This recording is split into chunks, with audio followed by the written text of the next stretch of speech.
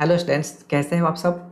मैंने आपसे प्रॉमिस किया था कि जो भी प्रॉब्लम्स मुझे अच्छा लगेगा मैं आपके साथ ज़रूर शेयर करूंगा। ये भी प्रॉब्लम बहुत ही अच्छा है और काफ़ी कॉन्सेप्चुअल है, बिल्कुल जे एडवांस प्रॉब्लम की तरह। तो सबसे पहले आपको ये प्रॉब्लम को खुद से सॉल्व करना है, उसके बाद इस वीडियो को देखना है। ये एक सजेशन भी है, एक रिक्वेस्ट भी है। ओके, क्योंकि इससे आपको अपना प्रिपरेशन पता चलेगा कि हम इस क्वेश्चन को सॉल्व कर पा रहे हैं या नहीं, और अगर इस टाइप का प्रॉब्लम अगर एग्जाम्स में आ जाए तो हम कैसे डील करेंगे, और कहाँ पे हमें मास्टर स्ट्रोक लगाना है किसी प्रॉब्लम को। ठीक है, हमें क्या याद रखना है और हमें क्या कॉन्सेप्ट लगाना है, ये सब बातों का आपको ध्यान रखना पड़ेगा। ठीक है, तो चलिए इस प्रॉब्लम को हम लोग सॉल्व करते हैं। देखिए, let this be a sequence of real number with, आपके पास ये दे रखा है, आपके पास ये वैल्यू दे रखा है। इसको थोड़ा बॉक्स में डाल दूं क्योंकि इसका यूज होने वाला है। ठीक है, और find the value of this. अच्छा, जो मुझे निकालना है उसमें सबसे पहले आपको क्या निकालना पड़ेगा, तो मेरे ख्याल से ये वैल्यू आपको सबसे पहले इवेल्युएट करना पड़ेगा। ओके, अब इसको इवेल्युएट करने के लिए मुझे यूज इसको करना पड़ेगा और मुझे यूज इसको करना पड़ेगा। ओके, तो अब इसको लिखता हूँ, देखना। A n plus one equal to a n and then plus under root one plus a n whole square. Right, ठीक है। और मेरे पास ए वैल्यू गिवन है, तो हमें निकालना क्या है, A1 A2 A3 and last में AN। ओके, तो अगर n इक्वल टू मैं पुट कर दूं 0, ठीक है, तो यहाँ पे लिखूंगा A1, यहाँ पे n0 पुट कर दिया, which is equal to this plus under root one plus कितना हो जाएगा, दिस स्क्वायर। ओके, सो अब इसका वैल्यू कितना है मेरे पास 0, तो यहाँ पे डालूंगा 0 प्लस वन प्लस कितना 0 square, which is equal to कितना देगा 1 हो गया मेरे पास। यानी कि A1 का वैल्यू कितना आ गया, 1 आ गया। ओके, तो A1 मेरे पास आ गया है। ओके, अब क्या निकालना है, A2। अब इसके लिए एन इक्वल टू क्या पुट कर दूं, 1, सब वैल्यू में इसी में पुट कर रहा हूं, तो यहाँ हो जाएगा A2 इक्वल टू यहाँ पे A1 प्लस अंडर रूट क्या हो जाएगा 1 plus A1 square. Right, which is equal to A1 का वैल्यू कितना है 1 plus under root 1 plus 1 square, तो यहाँ पे हो जाएगा 1 प्लस रूट 2। यानी कि मेरे पास A2 इक्वल टू कितना आ गया 1 प्लस रूट 2। ओके, तो मेरे पास A2 भी आ चुका है। ओके, A2 भी आ चुका है, A1 भी आ चुका है। ठीक है, और मुझे A1 A2 A3 ही चाहिए, लेकिन अभी A1 निकाला, अभी A2 निकाला, फिर मैंने थोड़ा सा ब्रेक ले लिया। क्यों लिया, ध्यान से देखना। अब यहाँ पे एक मास्टर स्ट्रोक लगाते हैं। वो 1 प्लस रूट 2 देख कर आइडिया लगा, आइडिया तो 1 देख के भी लगा सकते थे, लेकिन 1 प्लस रूट 2 जैसे आया ना, यहाँ पे एक माइंड में आइडिया क्लिक किया कि 1 प्लस रूट 2 कितना किसी किसी का वैल्यू होता है, किसी न किसी का, किसका होता है, तो ये वैल्यू होता है कॉट 22.5, यानी कि कॉट पाई अपॉन 8 का ये वैल्यू होता है। ठीक है, देखा, तो ये 1 plus root 2 is equal to cot pi by 8, तो ये वैल्यू याद रखना कितना नेसेसरी है, ये अभी आपने देखा। अगर ये याद नहीं रहेगा तो क्या आप इसको ये लिखने के बारे में सोच सकते हो, बिल्कुल नहीं।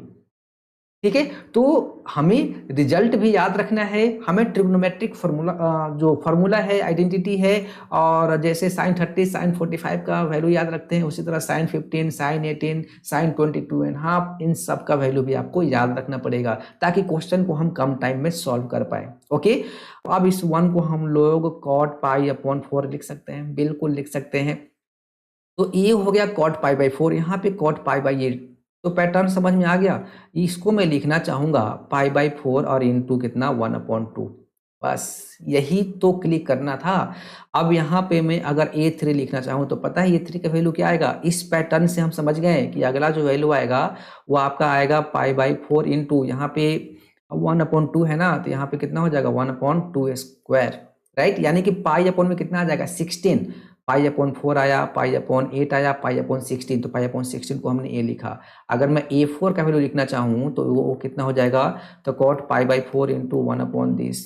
ठीक, ये हो जाएगा कॉट कितना, cot this equal to A4 का वैल्यू। ठीक है, अब इसी तरह हम लास्ट में an का वैल्यू लिख सकते हैं, तो कितना हो जाएगा cot then pi by 4 into 1 में कितना 2 टू द पावर n-1। ठीक है, n का वैल्यू 1 पुट करेंगे ना, तो यहाँ पे आप समझिए ना, ऐसे देखो ना, यहाँ पे जो लिखा हुआ है ना, इसको अगर समझना है तो ऐसे कर लो, देखो 1/2 टू द पावर क्या 0, जो कि क्या देगा 1 हो गया। ठीक है, सो हम लोग an का वैल्यू भी निकाल लिए ना, देखा, बस यही तो करना था जो हमने कर लिया। ओके, सो अब हमें क्या निकालना है, तो लिमिट n टू इन्फिनिटी, ठीक है, a limit n to infinity an/2 to the power n-1। अब ये निकालना तो काफ़ी आसान हो गया, दिस, और an का वैल्यू हम लोग लिख चुके हैं cot pi by 4 1/2 to the power this divided by कितना 2 टू द पावर n-1। ठीक है, कॉट को हम लोग किस में कन्वर्ट कर लें, tan में कर लेता हूँ। Limit n to infinity 1 upon में कितना हो जाएगा tan pi by 4 into 1 upon में 2 टू द पावर दिस, ये लिखा हुआ है। ठीक है, और ये तो 1 अपॉन में है ही, 1 अपॉन में कितना है 2 टू द पावर n-1।